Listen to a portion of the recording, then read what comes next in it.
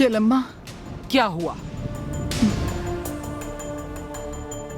चेलम्मा, तुम क्यों आई हो? अपनी चेलम्मा से मिलने आई हूँ। चेलम्मा अब तुम्हारी कुछ नहीं लगती। हाँ? तुम मेरी शिष्या थी, इस बात का मुझे गर्व था। वो काल चक्र पाने की जिद में तुमने मुझे खो दिया है। तुमने मेरी बात नहीं मानी है। जब तुमने मेरे शब्दों का उल्लंघन किया तभी तुम्हारा इस चेल्लम्मा से नाता खत्म हो गया था। जिस पल तुम नंदिनी के विरोध में खड़ी हुई उसी पल तुमने इस पार्वतीपुरम की मिट्टी में खड़े रहने का हक खो दिया है। यहाँ वापस मत आना, चली जाओ यहाँ से, हट जाओ मेरे सामने से। इस पार्वतीपुरम की मिट्टी ने ही मुझे सिद्ध साध्वी बनाया। इस चेलम्मा देवी की दीक्षा से ही मुझे सिद्धियां प्राप्त हुई थीं।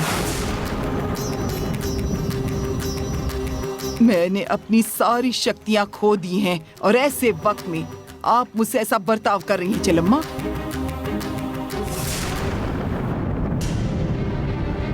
तुम्हारी शक्तियां खोने ही वाली थी। नागवंडी का श्राप ऐसे ही नहीं छोड़ेगा। जिसका धर्म भ्रष्ट हो गया हो उसे जिंदा नहीं रहना चाहिए। मैं अभी अपने जीवन का अंत करता हूं और यह पाप तुम्हारे सिर पर होगा।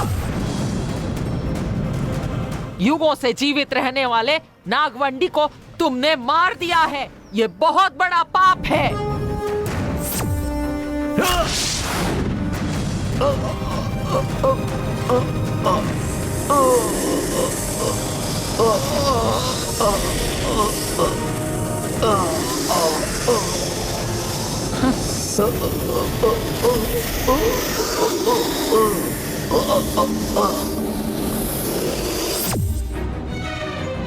तुम्हारी वजह से कई नागवांडी की याद में रो रहे हैं। उनके आंसुओं की वजह से ही तुमने अपनी सारी सिद्धियां खो दी हैं। हमारे पास जो है कभी अहंकार नहीं करना चाहिए, वरना वही सर्वनाश का कारण बनता है। जब तक तुम अहंकार करोगी तब तक तुम साध्वी नहीं बन पाओगी। पीठ के पत्तों से अगर तुमने मुझे एक बार पानी पिलाया तो मैं फिर से साध्वी बन जाऊंगी। आप ऐसा करेंगी ना?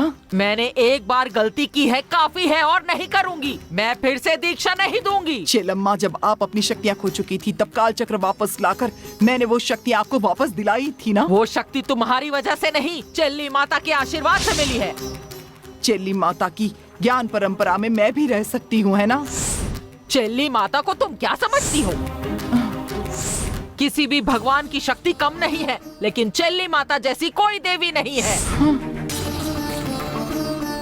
इतनी बड़ी ज्ञान परंपरा से मिलने वाली दीक्षा तुमने खो दी है। तुम्हारे पास जो शक्ति थी उसका तुमने गलत इस्तेमाल किया, इसलिए तुम्हारी शक्तियां जा चुकी हैं। धर्म और न्याय का पालन करने वाला ही चेल्ली माता की छांव में रह सकता है। तुमने सब कुछ खो दिया है। अब तुम कभी चेल्ली माता की शरण में नहीं आ सकती। चेल्ली माता की ज्ञान परंपरा में अब तुम नहीं आ सकती। वो द्वार तुम्हारे लिए बंद हो चुके हैं। तुम्हें साधारण भैरवी से सिद्ध प्राप्ति भैरवी बनाया, लेकिन लगता है तुम्हारे भाग्य में साधारण भैरवी बनना ही लिखा है। अपना भाग्य बदलने से अच्छा होगा कि तुम अपने गांव वापस चली जाओ।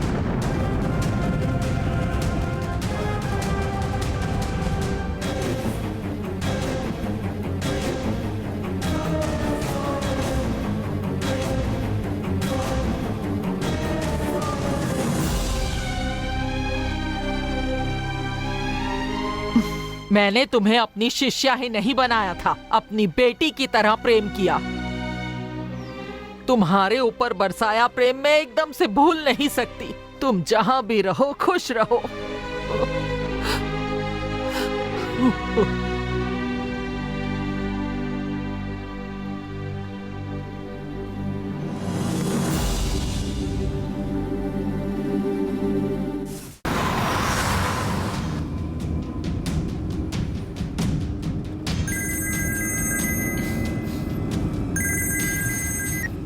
हेलो ब्रो, तुमने जो डिटेल्स मांगी थी मैंने निकाल लिए हैं। कहाँ मिलोगे? मैं तुम्हारे ऑफिस के पास ही मिलता हूँ। मैं वहीं पर आ रहा हूँ। तुम बाहर आ सकते हो क्या? ओके, मैं बाहर आता हूँ। ओके।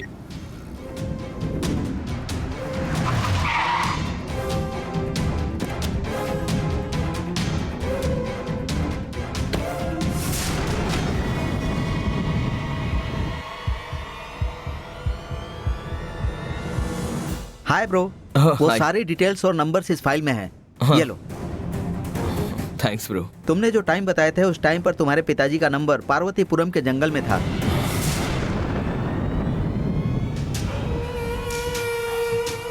मैंने चेक किया तो गंगा का नंबर भी पार्वतीपुरम के उसी जगह पर ट्रेस हुआ। कोई प्रॉब्लम है क्या ब्रो? कुछ नहीं, थोड़ा क्लैरिफाई करना था इसलिए। ओके ब्रो, मुझे एक अर्जेंट मीटिंग अटेंड करने में जाता हूँ। थैंक्स। चलता हूँ ब्रो।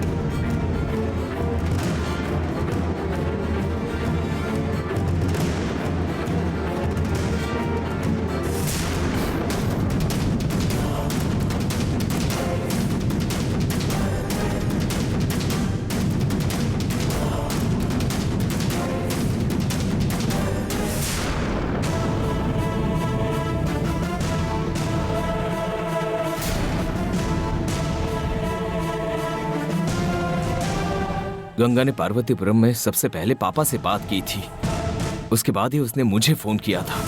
मैं जंगल में गंगा को ढूंढ रहा था, उस वक्त पापा ने गंगा को भी फोन किया था। दोनों एक ही जगह पर थे, फिर भी पापा ने ऐसा क्यों किया? पार्वतीपुरम में ही रहे, लेकिन मुझे फोन करके झूठ बोला कि मैं हॉस्पिटल जा रहा हूं। मेरी पीठ पीछे कुछ तो हुआ है। गंगा के गायब होने के पीछे पापा का ही हाथ है क्या?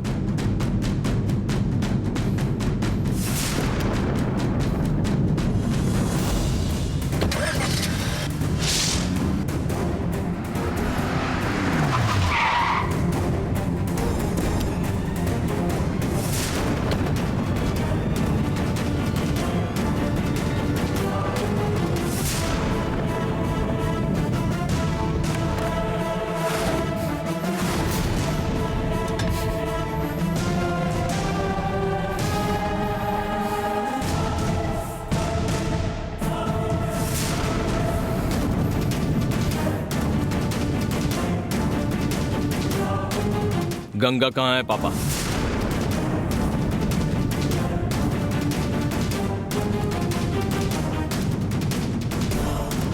चुप क्यों हो?